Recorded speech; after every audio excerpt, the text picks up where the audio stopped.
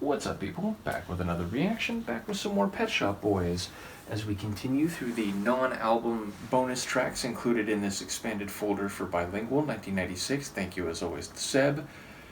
And the next track is Delusions of Grandeur, which is a very common expression, though I have learned over the last few years that the Pet Shop Boys often use phrases which you find out in the world and in pop culture, and yet typically they take them and apply them or express them in ways that are clever or unexpected.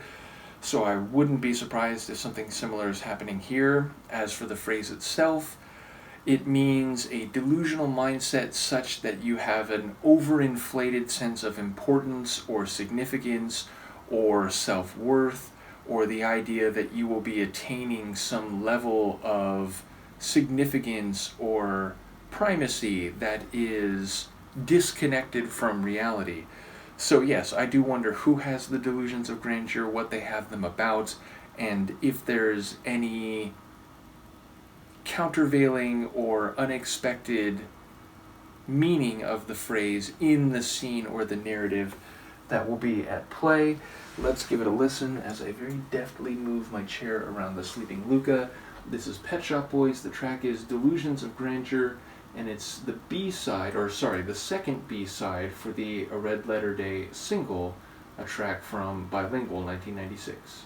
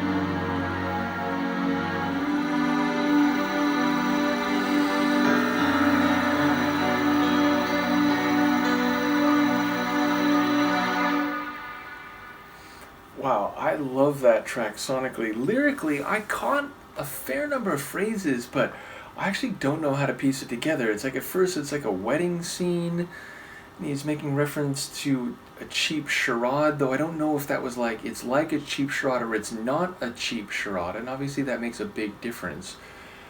And then, flags unfolding and like making reference to a revolution at the end. So yeah, I don't quite know how that all comes together.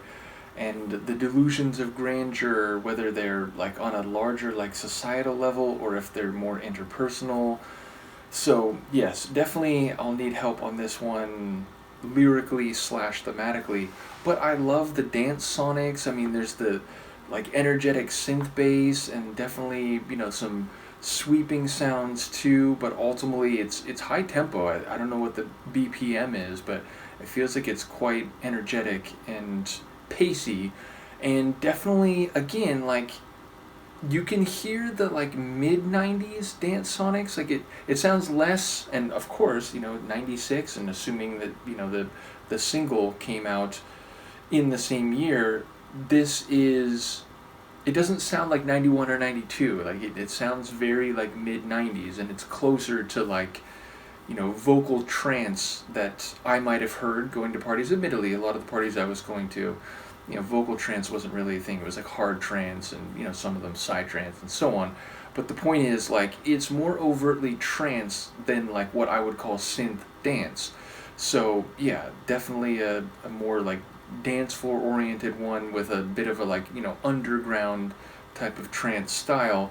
And I like Neil's vocals. Like, there's a moment where he gets even more heightened, but, like, it's in like more intense at the same time. So yeah, cool vocal performance that in some ways you'd never think it was anyone else. It's very much his typical vocal stylings, and yet there was a greater intensity, whereas a lot of his vocal performances, they're just smooth and flowing and melodic, but here they have this intensity or edge to them. So yeah, as I said, I look forward to any insights people can give about the lyrics, but definitely a cool tune with 90s electronic music stylings. Let me know what you think, and I will see you for the next one. Peace.